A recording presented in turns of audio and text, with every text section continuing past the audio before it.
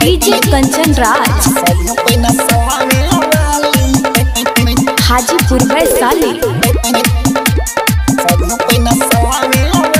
Singing by Nitish Nigam. भैया के छो गो छै साली सभी पैना सलवे हवाली पैना सलवे हवाली भैया के छो गो छै साली सभी पैना सलवे हवाली बर किला गई छै बुढ़िया छोटकी देखै में गोड़िया भाई बर किला गई छै बुढ़िया छोटकी देखै में गोड़िया भाई हमारा भैया के छो गो सालिया सभी पैना सलवे वाली आ केकरा में रंग बड़ी डालिया बोल हे बिशनपुर वाली बोल हे बिशनपुर वाली जीएसएन रिकॉर्डिंग स्टूडियो राज भैया के चौसीमा वैशाली सभी पैना सलवे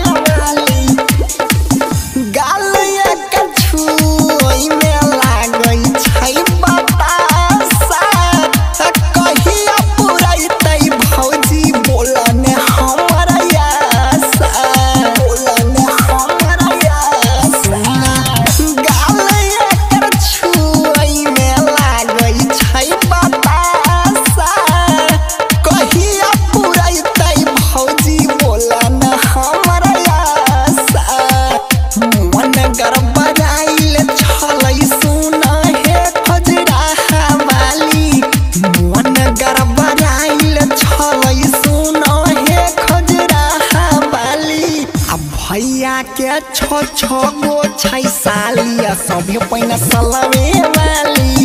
केकरा में रंग बड़ी डालिया बोल हे बिशनपुर वाली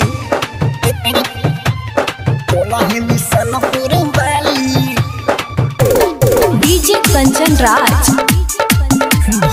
हाजीपुर वैशाली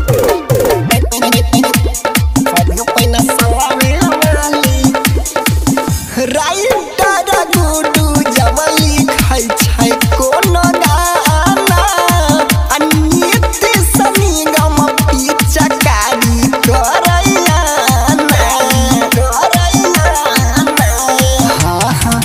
राइटर गुडू जवली खाई छै कोनो गाना अनित सनिगम पिचकारी करैया